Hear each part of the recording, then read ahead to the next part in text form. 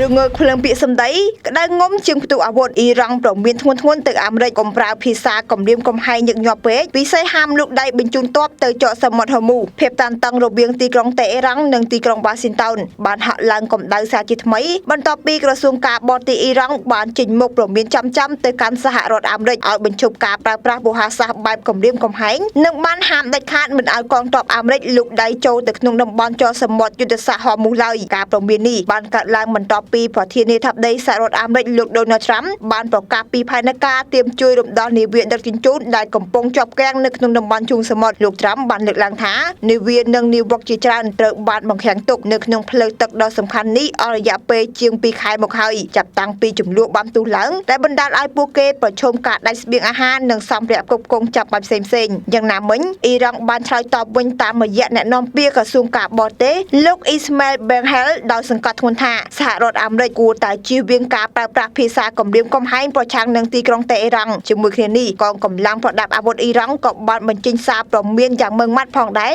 ដោយហាមមិនឲ្យកងទ័ពអាមេរិកចូលមកក្នុងចកសមុទ្រហូមូជាដាច់ខាតទោះនៅក្នុងលេខថាជួយសង្គ្រោះនាវាក៏ដោយអ្នកវិភាគយល់ថាសកម្មភាពណាមួយរបស់អាមេរិកនៅក្នុងតំបន់នេះអាចនឹងក្លាយជាការចាក់សាំងលើភ្លើងដែលកំពុងឆេះស្រាប់ក្រៅពីបញ្ហាយោធាលោក Benghel ក៏បានលើកឡើងពីជំហរសេដ្ឋកិច្ចរបស់ប្រទេសផងដែរដោយបញ្ជាក់ថាអ៊ីរ៉ង់នឹងនៅតែរក្សាកាតព្វកិច្ចនិងការបដិញ្ញាចិត្តរបស់ខ្លួននៅក្នុងនាមជាសមាជិកអង្គការនៃប្រទេសនាំចេញប្រេងរហូតមកដល់ពេលនេះគេនៅមិនទាន់ឃើញមានការបញ្ចេញព័ត៌មានលម្អិតបន្ថែមពីខាងសេតវិមានអំពីរបៀបដែលអាមេរិកនឹងត្រូវប្រើប្រាស់ដើម្បីរំដោះនាវាទាំងនោះនៅឡើយខណៈដែលពិភពលោកកំពុងតាមដានយ៉ាងយកចិត្តទុកដាក់ចំពោះការវិវត្តនៃស្ថានភាពដ៏រសើបនេះ